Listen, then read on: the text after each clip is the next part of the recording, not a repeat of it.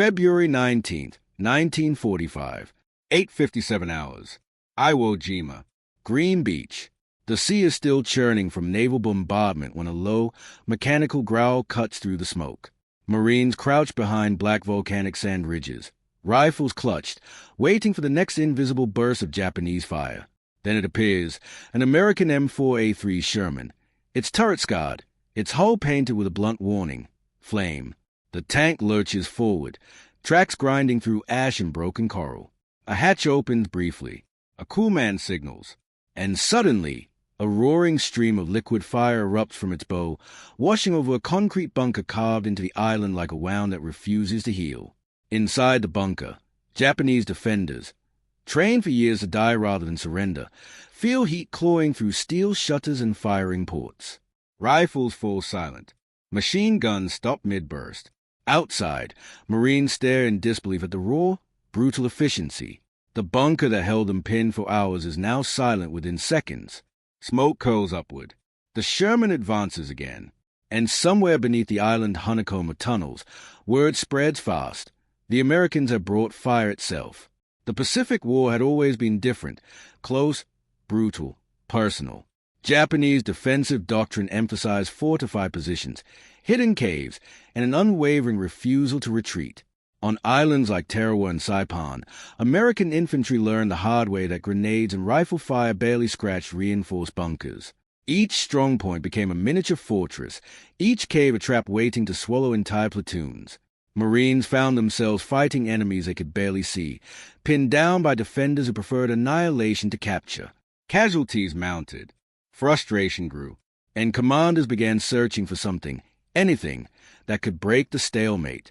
That something came in the form of a weapon that weaponized fear itself.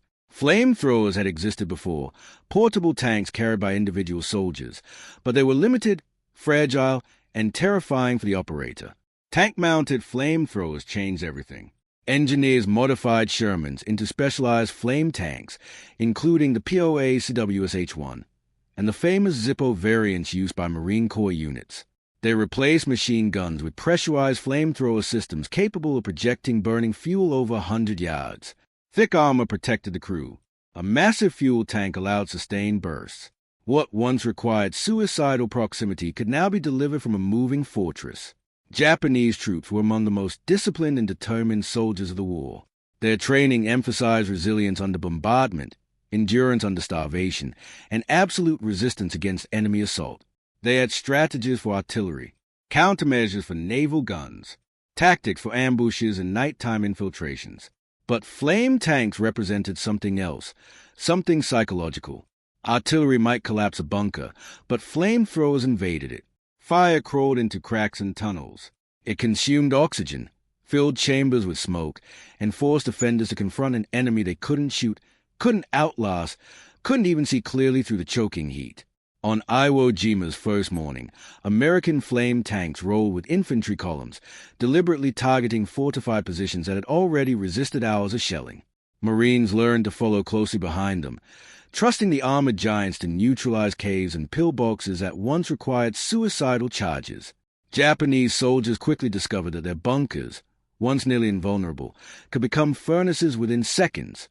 Some attempted counterattacks with satchel charges and magnetic mines, rushing the tanks despite the flames. Others retreated deeper into tunnels, hoping distance and stone would shield them. But the fire followed. It seeped through ventilation shafts. It flooded trenches. It erased a sense of sanctuary that Japanese defensive doctrine depended on. And yet, the impact wasn't only physical, it was emotional.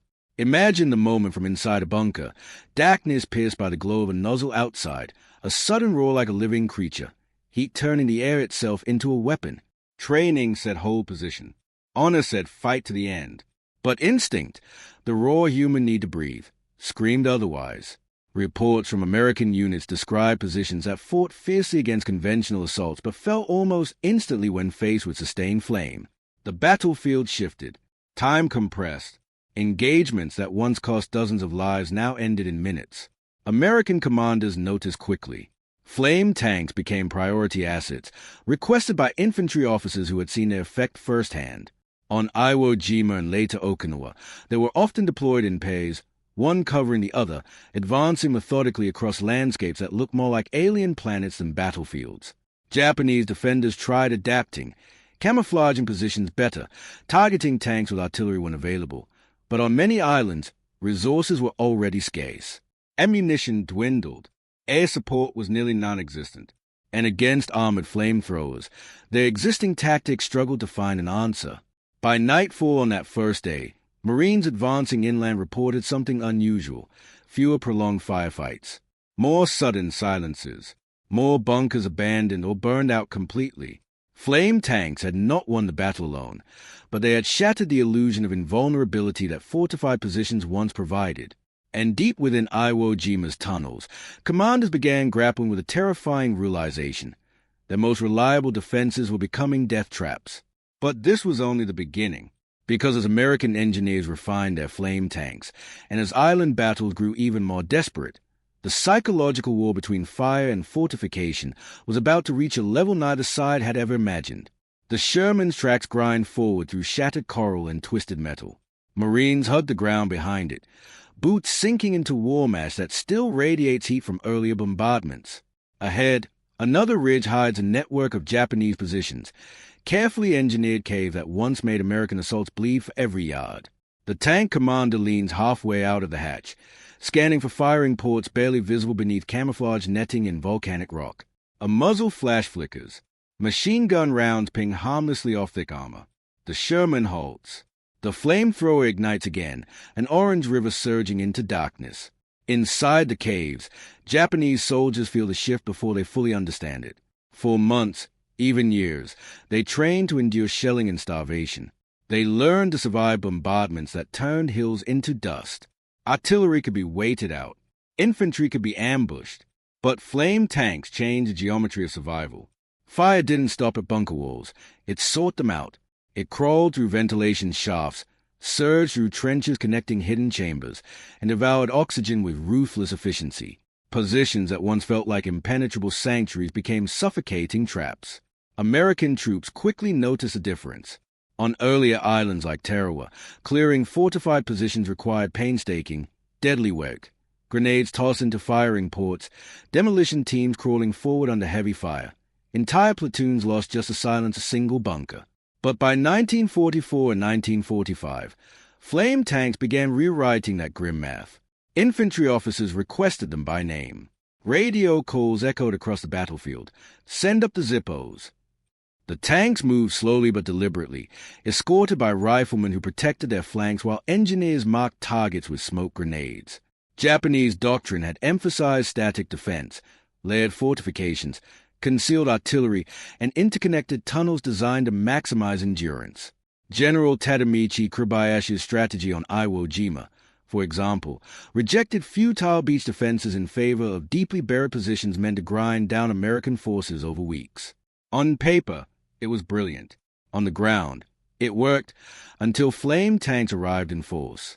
Suddenly, those carefully designed networks amplified vulnerability. Fire entering one chamber could spread through hidden passageways, turning entire defensive sectors into infernos without a single American soldier stepping inside.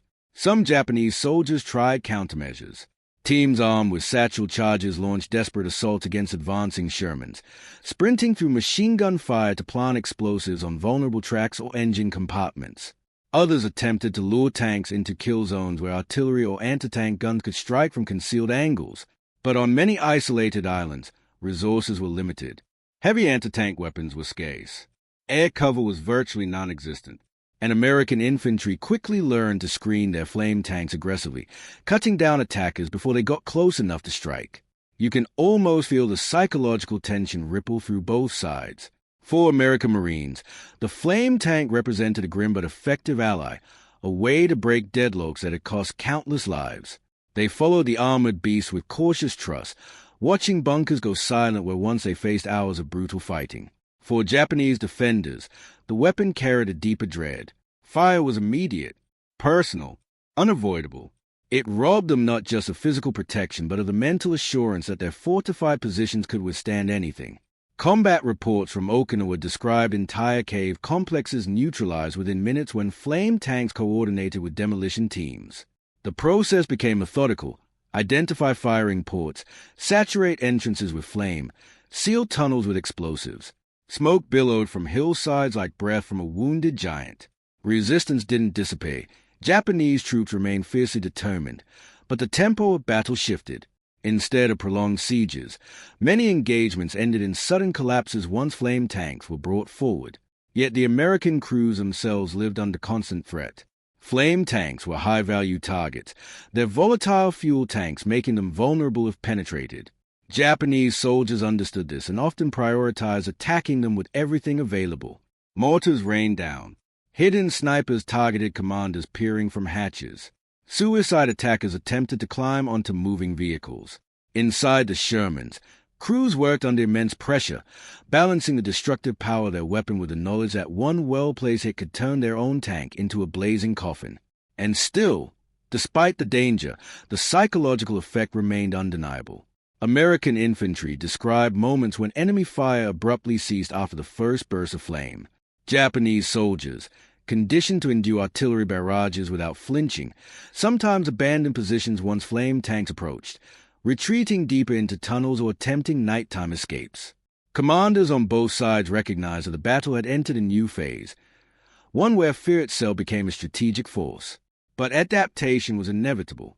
Japanese officers began experimenting with deeper bunkers, more complex tunnel layouts, and layered defenses designed to absorb flame assaults. Some units developed ambush tactics specifically targeting the slow-moving Shermans, waiting patiently for opportunities to strike from unexpected angles. The question now was whether innovation could keep pace with American firepower, or whether the relentless advance of flame tanks would continue to unravel even the most determined resistance. Because as the war edged toward its brutal climax on Okinawa, the bloodiest island battle of the Pacific, the confrontation between fire and fortification would escalate into something far more desperate and far more devastating. April 16th, 1945, 14:12 hours. Southern Okinawa, Sugarloaf Hill.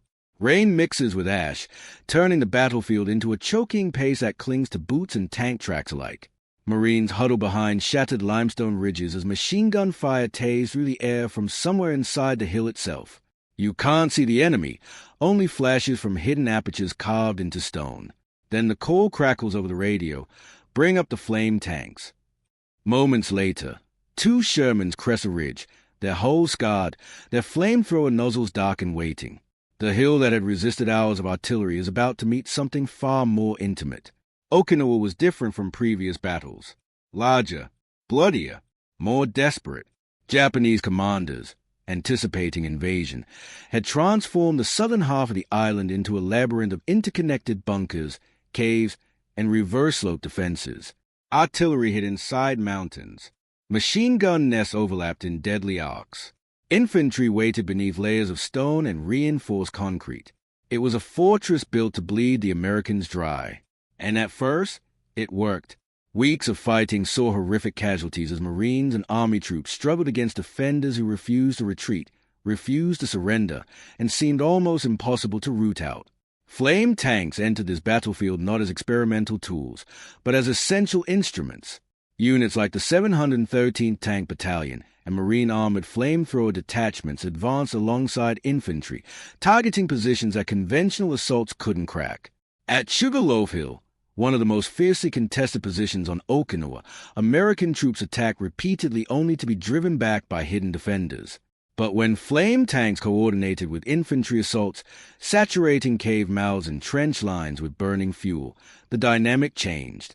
Resistance still existed, but it fractured faster. Bunkers fell silent where before they had fought for days. Japanese countermeasures became increasingly desperate. Soldiers dug deeper chambers and constructed blast doors to slow the spread of flame.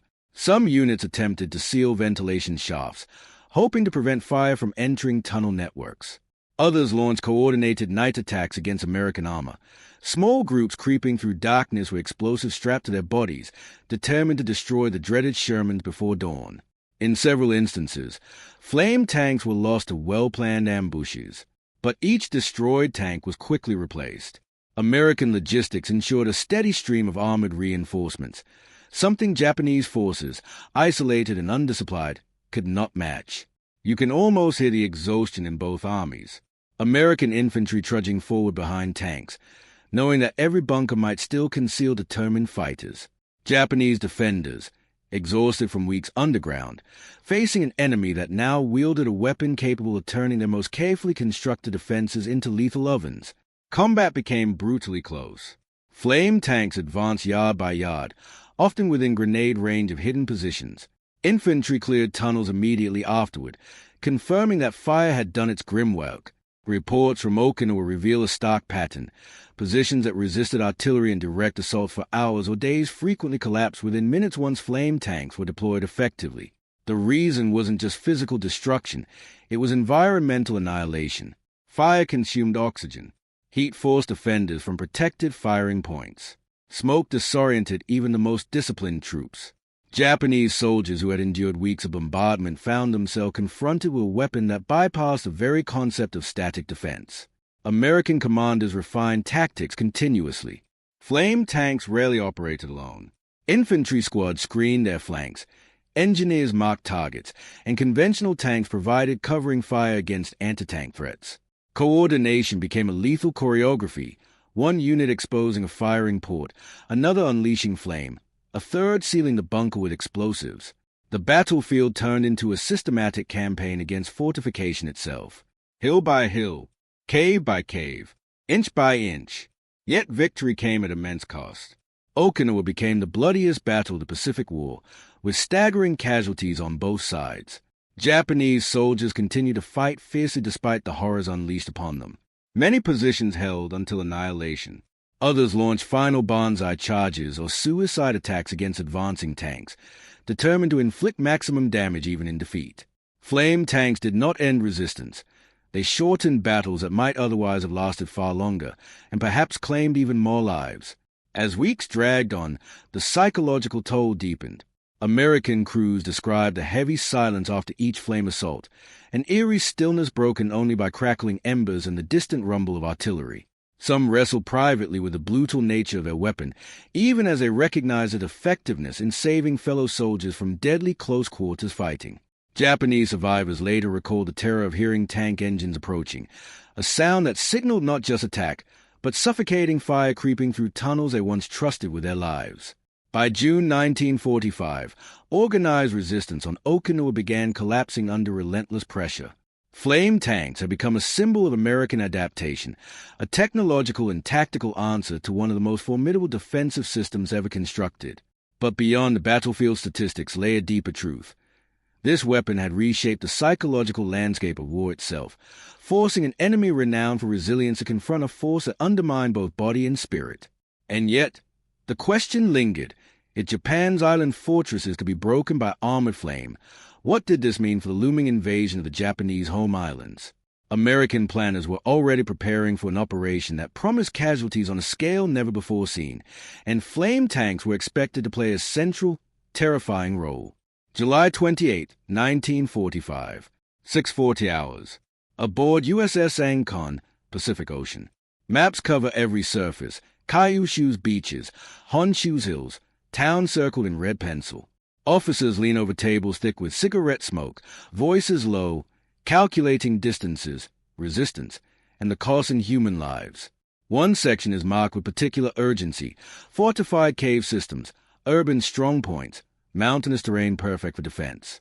Beside those notes is a single, blunt instruction repeated across multiple pages: deploy flame tanks in priority sectors. The lessons of Iwo Jima and Okinawa were no longer theory. They were doctrine. American planners expected the invasion of Japan, Operation Downfall, to be unlike anything seen before. Intelligence suggested millions of Japanese soldiers and civilians preparing for total resistance. Fortifications were already under construction along likely landing zones. Tunnels dug into hillsides. Reinforced bunkers hidden beneath villages. The American experience in the Pacific had taught one brutal lesson. Conventional assaults against fortified positions meant enormous casualties. Flame tanks, despite their grim reputation, were considered essential tools to reduce that cost. You can almost feel the tension inside those planning rooms. Officers recalling the deadly stalemates of earlier island battles. Engineers presenting improved designs for flamethrower Shermans, greater fuel capacity, longer range, enhanced armor protection for crews, logistics officers calculating how many specialized tanks could be transported, how fuel would be stored safely aboard ships, how infantry would coordinate with armored units once ashore. The weapon that once shocked both sides on isolated islands was now envisioned as a central element of a massive, potentially apocalyptic campaign. Meanwhile, on the Japanese side, commanders understood the threat. Reports from surviving officers described the devastating impact of American flame tanks on cave defenses. Training manuals began emphasizing deeper tunnels, improved ventilation systems, and layered fallback positions meant to isolate sections in case fire entered. Civilians were mobilized to build fortifications across the home islands, trenches carved into farmland, hidden bunkers constructed beneath schools and homes. Japanese propaganda stressed endurance and sacrifice, but beneath the surface lay an unspoken fear.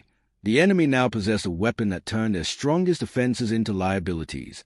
American soldiers training for the invasion practiced with flame tanks in mock villages constructed on Pacific Islands and in remote U.S. training grounds. Infantry units rehearsed coordinated assaults, engineers marking targets, tanks saturating entrances with flame, riflemen advancing immediately behind them to secure positions before defenders could regroup. The process was systematic, almost industrial. Officers believed that without such methods, casualties might reach catastrophic levels during a mainland invasion. But there was another dimension, psychological warfare. American planners recognized that flame tanks not only destroyed physical structures but also shattered morale. The terrifying reputation they had earned in previous battles might compel defenders to abandon positions more quickly. Some strategists believed that widespread use of such weapons during an invasion could accelerate the collapse of organized resistance. Others worried about the long-term moral consequences of deploying such devastating tools in densely populated areas. You can imagine the conflicting emotions among tank crews preparing for this potential mission. Many had already witnessed the grim effectiveness of their weapons on Iwo Jima and Okinawa. They knew flame tanks saved fellow soldiers from deadly close-quarters combat, but they also understood the horror they inflicted. Letters home revealed mixed feelings. Pride in protecting comrades, unease at the destructive power they carried, and a growing sense that the next phase of the war might surpass anything humanity had endured. Japanese defensive planners tried adapting further. Anti-tank obstacles were expanded. Suicide attack units trained specifically to target armored vehicles. New tactics emphasized luring tanks into narrow streets or rugged terrain where mobility would be limited. But Japan faced severe shortages. Fuel, steel, ammunition, and air support were dwindling rapidly under relentless American bombing and naval blockade. Even the most carefully planned countermeasures struggled against the industrial scale of American production and innovation. And then, in August 1945, everything changed. 2 atomic bombs fell on Hiroshima and Nagasaki. Within days, Japan announced its surrender. Operation Downfall was cancelled. The vast fleets assembled for invasion never launched their assault on the home islands. Flame tanks, prepared, upgraded, and destined for one of the largest amphibious operations in history, never rolled onto Japanese soil. The war ended before the ultimate test could unfold. But the legacy of flame tanks remained etched into military doctrine and historical memory. They had transformed the Pacific battlefield, breaking some of the most formidable defensive systems ever constructed and reshaping how armies approached fortified warfare. Yet their story didn't end with victory. In the aftermath of war, veterans from both sides carried the psychological scars of a weapon that blurred the line between tactical necessity and terrifying brutality. And as historians would later debate whether flame tanks saved lives or symbolized the darkest extremes of industrial warfare, one question continued to echo through the decades. What did it truly mean to wield fire as a primary instrument of modern combat, and how did it change the soldiers forced to face it, and the ones ordered to unleash it?